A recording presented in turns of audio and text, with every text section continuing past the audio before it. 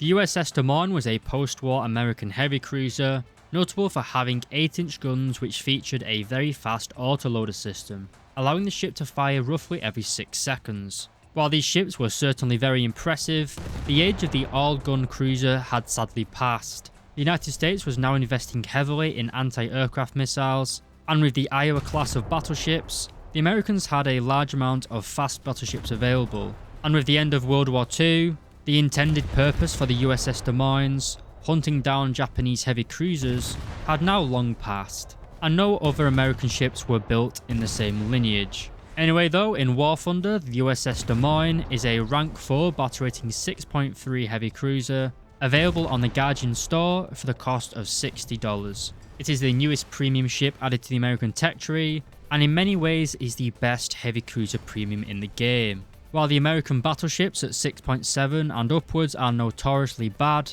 is the Des Moines good at 6.3? And with its fellow American premium, the USS Helena, is there a new emerging cruiser meta consisting of these two ships? If you'd like to know the answer to that question, lads, then stick around for the rest of the video.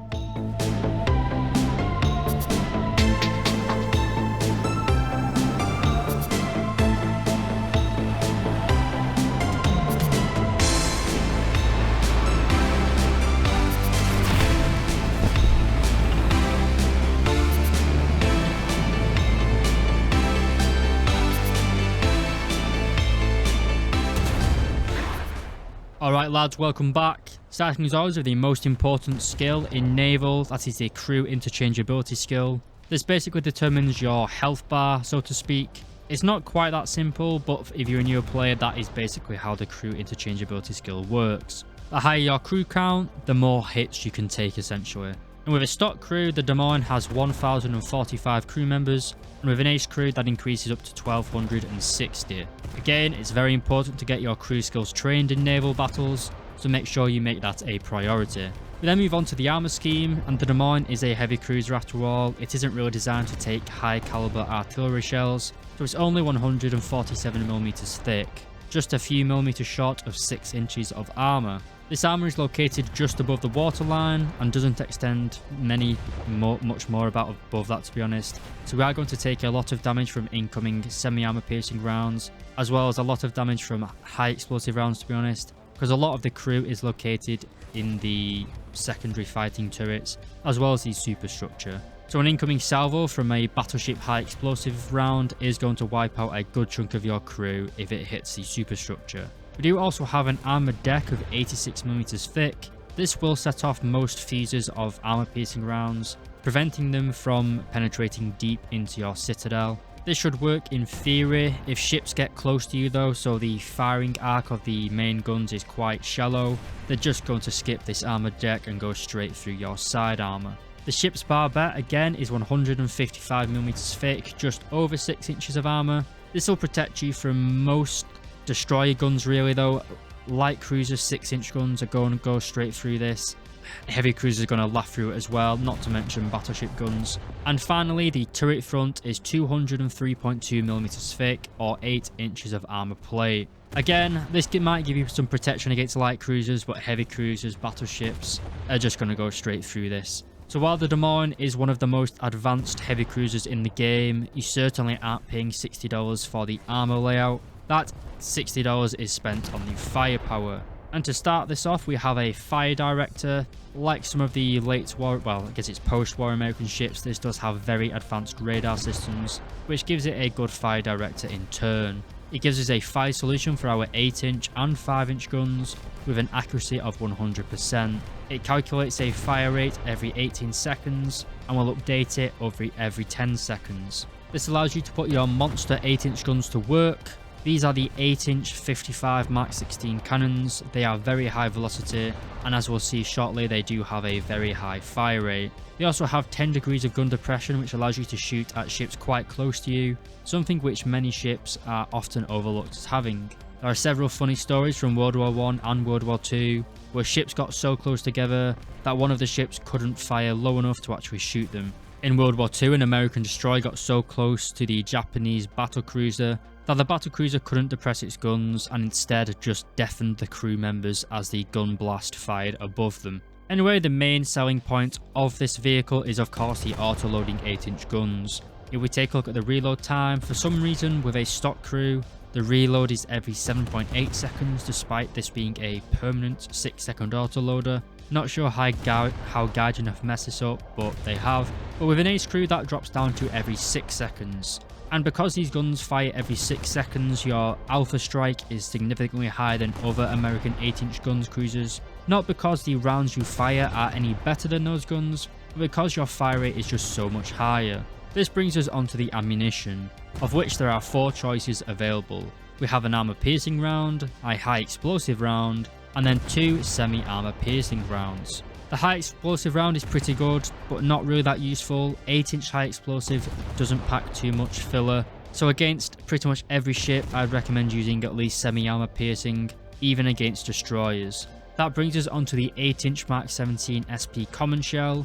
This is the upgraded semi-armor piercing round. It pens 130mm of armor at point blank range and has 4.6 kilos of TNT filler inside it. This round is best used against light cruisers and destroyers and will pretty much make mincemeat out of them. The other meta round is of course the 8-inch Mark 21 armor piercing round. I would use this against anything that is a heavy cruiser and a battleship, with the exception of maybe the Japanese heavy cruisers, which I would still use semi-armor piercing rounds, because the Japanese didn't believe in armor for heavy cruisers, which allowed them to get shot to shit by several American destroyers.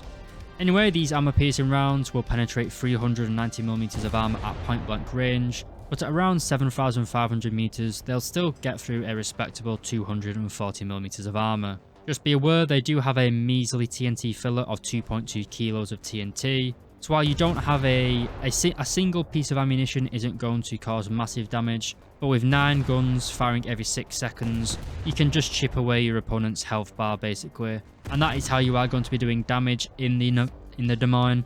It's not got a single salvo large strike capability, but you can just keep firing and firing and firing and whittling down your opponent. It's kind of like the USS Helena's bigger brother that has 15 6-inch guns which fire every 6 seconds, whereas the Des Moines has 9 8-inch guns which fire every 8 seconds. We'll come back to that shortly though. Let's go over the 5-inch guns. We have 6 turrets, both containing 2 5-inch Mark 38 guns for a total of 12 5-inch guns. These guns are the anti-aircraft variant of the 5-inch gun, which allows them to elevate them up to 85 degrees. These are not to be confused with the early war 5-inch guns, which are found on ships such as the USS Moffett, which have substantially less gun elevation. These guns are fantastic for use against incoming enemy aircraft as well as coastal and lighter vessels. The 5-inch 38, while not being the best for naval engagement due to its low muzzle velocity, it still has a very good explosive filler and will start a lot of fires, and they also have a fire rate of every 3 seconds or so. So it is very, very impressive. You can just spam them and cause fires. If you've ever played the American destroyers, then you already know what this is like.